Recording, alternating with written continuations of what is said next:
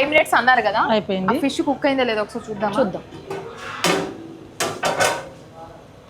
చూడండి, మనం వేసిన ఆయిల్ అంతా కూడా పైకి వచ్చింది. పైకి వచ్చిందంటే ఉడికిందని అర్థం. అవునా? మొత్తం కర్రీలో నుంచి ఆయిల్ పైకి వచ్చింది అంటే అది దాని మీన్స్ ఏంటంటే లోపల కూర అంతా బాయిల్ అయిపోయి ఉడికిపోయి ఆయిల్ మొత్తం పైకి వదిలేస్తుంది. మధ్యలో కూడా వేసాం కదా, కొంచెం వేసాం కదా, అది కూడా ఉడికిపోయింది. ఇదండి పీస్ కూడా నిజంగా 5 నిమిషాల్లో కుక్ అయిపోయింది నిజంగానే చేప. ఇంకా లాస్ట్ ఇంకా ఒక్క ఐటమ్ ఉంది, ఈ 1-2 ఐటమ్స్ యాడ్ చేసుకొని మనం పెట్టేసుకున్నామంటే ఈ ఫ్లేవర్ కోసం మసాలా పౌడర్ అని చెప్పాను కదా నేను. అవును. ఇది మన హోమ్ మేడ్, మనం ఇక్కడ ఇంట్లో చేసుకునిందే. అవునా? కిచెన్ ధనియా పౌడర్ లా కనిపిస్తుంది, అన్నీ ఉంటాయి దీంట్లో. ఇది మనం దీంట్లో యాడ్ చేసుకున్నాం.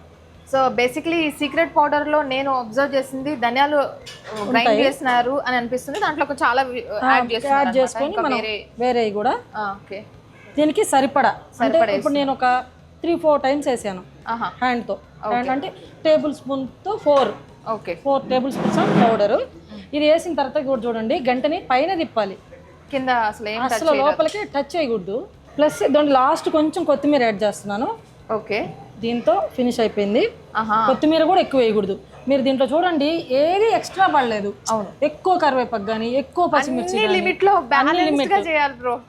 చాలా బ్యాలెన్స్. ఇంకోటి వచ్చి ఫిష్ స్మెల్ని ఇంకా ఫిష్ స్మెల్ని ఏ ఇంగ్రీడియంట్ కూడా డామినేట్ చేయకూడదు. మనకి ఫిష్ వాసన కావాలి మనకంటే అన్ని తక్కువే పడాలి. సో ఆల్మోస్ట్ థిక్నెస్ వచ్చేసింది అన్నమాట. జస్ట్ 5 minutes వచ్చింది. 5 minutes ఇంకా ఫినిషింగ్ అయిపోద్ది, రెడీ అయిపోద్ది, తినడానికి రెడీ అయిపోతుంది మీకు. సౌజన్య గారు కుక్ అయిపోయిందా? అయిపోయింది. ఓపెన్ చేద్దాం.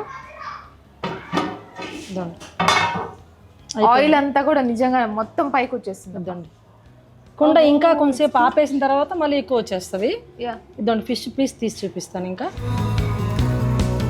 మ్యాంగో ఫిష్ పర్ఫెక్ట్ గా ఉంది కదా, 2 కరెక్ట్ గా ఉడికిపోయాయి. చూడండి, టెంప్ట్ అయిపోతున్నాం. ఇక్కడ మీకు డౌట్ రావచ్చేమో వ్యూవర్స్ కి,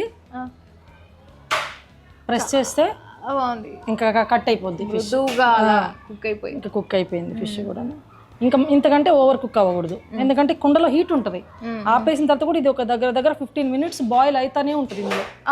అందుకని ఈ కన్సిస్టెన్సీ ఉన్నప్పుడు ఆపేసేయాలి. తర్వాత ఇంకొక 15-20 నిమిషాలకి థిక్ వచ్చేస్తుంది. ఈ కుండలోనే అది ఉడుకుతా ఉంటుంది.